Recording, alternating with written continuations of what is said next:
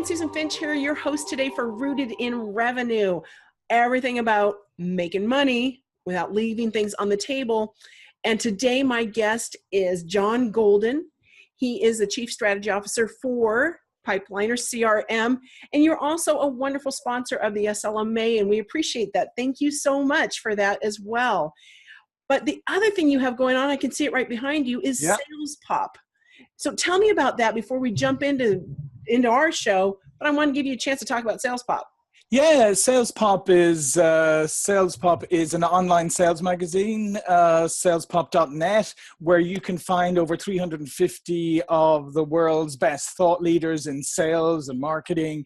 And we have video interviews, blog posts, podcasts, infographics. We have content going up daily. And as I said, this is a resource for sales professionals, sales managers, sales executives to learn more about your profession and to hear from all of the experts across the globe. So that's our kind of, if you like, philanthropic gift to the world. You know, our primary business is obviously Pipeliner CRM, but Sales Pop is what we wanted to do to really give a gift to salespeople, because we really believe in educating and the professionalization and just lifting up and enhancing the reputation of salespeople. I love that thought, because that's so many people, they get paranoid of, oh, I don't want to share my information, my know-how. But that's what actually makes you more valuable, is when you are willing to share it. Mm-hmm. And so let's just dive right in, though. This show is Rooted in Revenue, folks. Yep. And what we're going to do is ask John, what does generating revenue look like for you at Pipeliner? Well, at Pipeliner, obviously, generating revenue for us is establishing long-term relationships with customers. Because when you're in a subscription-based business, obviously that is the most important thing, is to not just win the customer, but maintain them over time, so you have that solid base of recurring revenue. So for us, we take a long-term view of engaging with a prospect or a new customer, and that's not just the initial. Just getting the deal done, if you like, but it's really setting the foundation for a long-term collaborative relationship and allowing that customer, helping that customer grow with us by really understanding their business. So that's the most important thing to us, is long-term relationships built on continuing to bring value to our customers. One thing I know too, though, with any kind of subscription service, there is a percentage, and it varies from company to company, of those that just pay for it like a gym, and they never pay attention to it. They don't do anything with it. What is your outreach to that part, the stagnant, the ones, because I've talked to other companies and I go, oh no, because if you bring it up, then they'll unsubscribe and we'll lose our revenue.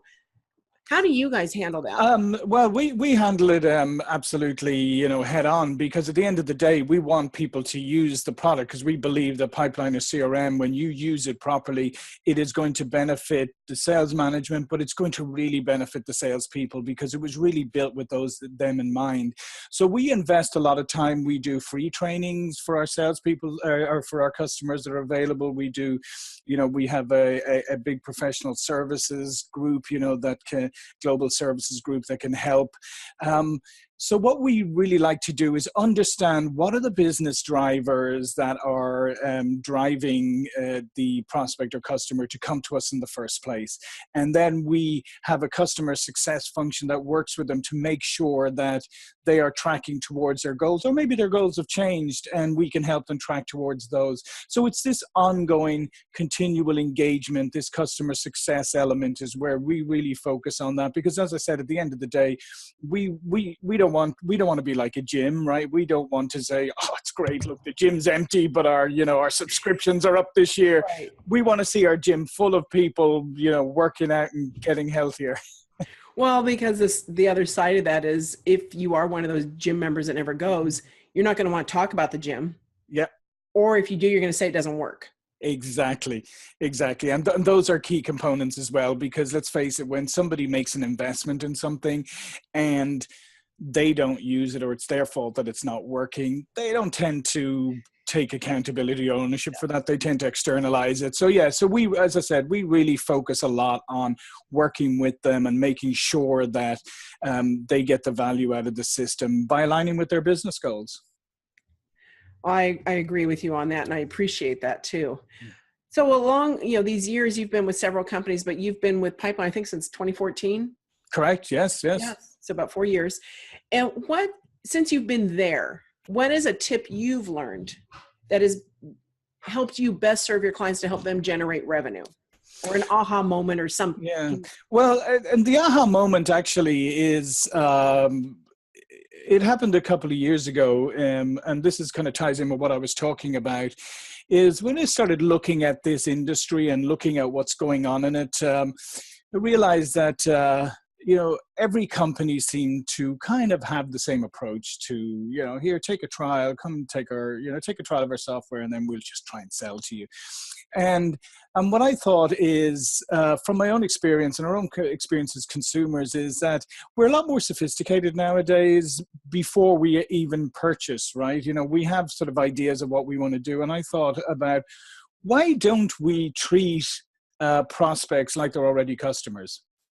So why should there be that huge demarcation, especially if they're going through a trial process, with our software? We should engage them with the people who they're going to work with afterwards, so that it becomes an experience of not just the product, but the people and working with the company. Because at the end of the day, that's going to be a huge part of the differentiation. Is it's not just your product or service you offer, but it's the people, it's how you engage, it's how you make your customers feel, it's the customer experience. So the aha moment for me was, how do we make this customer experience a consistently positive one from the moment you engage with the brand, whether it's through the website, whether it's through SalesPop, whether it's through taking a trial, whether it's when you go to our website and you chat with one of our representatives. How do we make sure that that's a consistent experience? And then when you take a trial, how can we help you to trial the CRM in a way where you get value out of that experience and you know how it's going to work? So for me, that is the biggest aha for me. And we have worked really hard over the last couple of years to make that a reality. And it's always going to be an ongoing project. But our goal is all built around the customer experience. And like I said, that begins the first time you engage with the brand, long before you're a customer. I love that thought, though, and that, I don't know if you call it a mantra or just the base: treat a prospect like a customer. Yeah. And you have to, and there's a lot of, as you say, I mean, a lot of companies, you'll say, everybody goes, we're customer centric, and it's a nice bumper sticker and it sounds great. And if you could go onto Google and do like a global search of companies' mission or vision statements, you'd find customer centric in practically all of them. But let's face it, our experiences of working with different companies and whatever is, we know that's not true. We know that it's a nice slogan, but it doesn't translate, because you can have a host of inconsistent experiences with a company, right? Over time, you can have terrible ones, you can have great ones, whatever, but there's no consistency. And that's what we really wanted to address, is the consistency piece, because we're humans, right? At the end of the day, we're still humans, thankfully, although, they're trying to replace us all with robots and artificial intelligence, but thankfully we're still humans. And as humans, we have this strange quirk where we always default to our worst experience, right? It doesn't matter. I mean, I always use the example of, with airlines, right? You go, check in online, everything's great. Maybe you check your bags at the airport, works great. You get on the airplane, it leaves on time, the cabin crew are great, the pilot's great, they land great. And then your bag is delayed coming off, right? And they don't tell you. And then there's no announcement and everybody's staring at each other. And when somebody asks you, how was your flight? Oh, it's terrible. Right? All because of that one negative experience. And it's not even that, yes, bags get delayed coming off, but if they told you, if there was a representative there, then everybody's cool. But so the other 10 touch points you had that were all positive are wiped away with that negative. And that's really the key thing, is if you want to really be customer centric, if customer experience really matters to you, it has to be consistent, because it's always going to default to the lowest common denominator.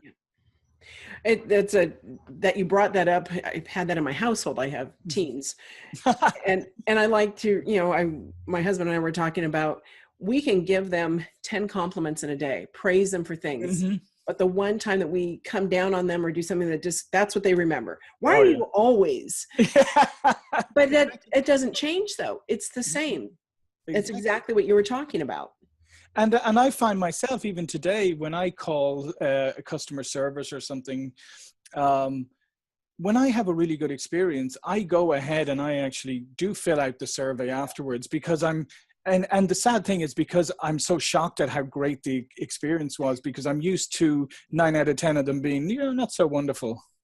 So I personally believe there is a massive, and we're talking about revenue, right? There is a massive economic value to a positive and consistent customer experience, because not only will those customers likely to stay with you, renew with you, which is good, they are likely to be okay with being a referral or a testimonial for you. And some of them are actually going to turn into advocates for you. So, and what is the best way possible to sell? It's like, if I say to you, Susan, if I went, you're looking for a CRM system right now. Well, let me tell you about the experience that I had with Pipeline and why these are the guys you should go with, right? I mean, that's going to count much more than anything we as Pipeliner can ever say to you. Right. So I think there's a huge economic value. So there's a real revenue component to experience. And I think people shouldn't underestimate, because people remember how you make them feel, right? They do. And I really appreciate that you touched on that point as a revenue generator. It's one of those quiet, slow simmer things. Yeah. And it's very difficult to track. Mm-hmm. You might kind of remember, oh yeah, my friend told me about you guys. But Exactly. beyond that, you don't know what exactly led that whole path that got them there. Mm-hmm. But I do agree, though, that it's most likely because of the people that they engaged with. Even when people mess up or companies have a hiccup, it's that clear communication that will help continue to build that trust. Yeah, and there's research that backs this up. I recently did a presentation, and I found a lot of research that actually backed this up to show that, not only will customers, if they have a great customer experience, not only will they renew with you, but as you say, they will be a lot more forgiving when something comes up. And I think that part of it too is communication. And I found this, and I think this is a fault that a lot of technology companies fall into, because most of them have such a wide customer base, is that they tend to focus on the big ones and ignore the mid or smaller ones, and they tend to have all their focus on like account management at the big end. Whereas we believe in, with our customer success people, is reaching out constantly and building that relationship and checking in and making sure everything's going smoothly, and adding value by saying, here's some things we noticed you're not using today. Maybe, you should try this, or, things like that. But really, really investing in building a relationship. And like I said, that is going to help with your customer churn. And again, that's a massive revenue component there. If you are losing customers, or you're having, it doesn't matter what kind of business, and you could be in a services or a project-based business or whatever. If you're only getting one transaction out of somebody, it's costing you a lot of money to go find another person, right? Yes. As opposed to having that balance between repeat customers and new business, right? I mean, if you're constantly relying on new business, that's that's a precarious position to be in. So there's true economic value by making sure people want to stay with you because they love your product or service, but they also love working with you as a company. Yeah, I find the biggest revenue loss for subscription types of services is when features have been requested or promised, and they get delayed for whatever reasons. It's like because they're more complex than they thought, or they overcommitted their funding, whatever, but they don't communicate that. Exactly. And they say, oh, it's coming. It's in the next UI. It's in the next update. And that you don't believe them anymore. Yes. And you start looking for other solutions to fill in those gaps, and pretty soon you just transition right out. Yeah, and that's why communication is critically important, and it's also critically important to deliver what you promise. And as you say, if you can't, then that you communicate that proactively. And people are generally understanding if there's a good solid reason behind something. But as you say, they're not if you just try and skate by and sort of kick the can down the road, which a lot of people love to do. But for me, those have been the big. The big aha for me really is in this world of what I call connectedness, right? Where everybody is trying to, leverage technology as communication tool, as automate this, automate that, and everything, is that actually treating people as people is a great differentiator and still critically important. I agree. I love the tips that we got from you today. Thank you very much. You're welcome. What is the current passion you have right now? What would you like to give a plug to, or have us go check out? Literally, just go check out our CRM. Another part of what we do, which is very fundamental, is that we've created a CRM that is visual. Because obviously pictures speak, 64 bazillion times more than text. I can't remember the exact stat, but it's huge, and salespeople are busy, and we have created this visual tool that's easy for them to use, easy for management to get what they need out of it, but extremely powerful at the same time. So I would just encourage people to go take a trial at pipelinersales.com. That's pipelinersales.com. Take a trial, and not only will you get to trial our software, but you'll get to trial us as a company and us as people, and then it'll give you an idea of what it's like to work with us.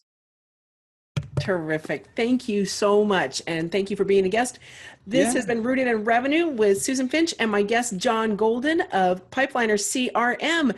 Tune in, catch the replays, subscribe to us on iTunes, Stitcher Radio, Google Play, or right here on the rootedinrevenue.com website. We will see you next episode, and thank you for joining us. Yeah, thank you, Susan.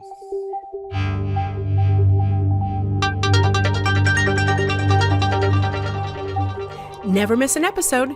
Check out rootedinrevenue.com and subscribe on the site to get weekly updates of when new episodes come out. Or find us on iTunes, Stitcher Radio. We want to be where you are, so go subscribe. We'll get you all the information you need to do your best with marketing of events and your online presence.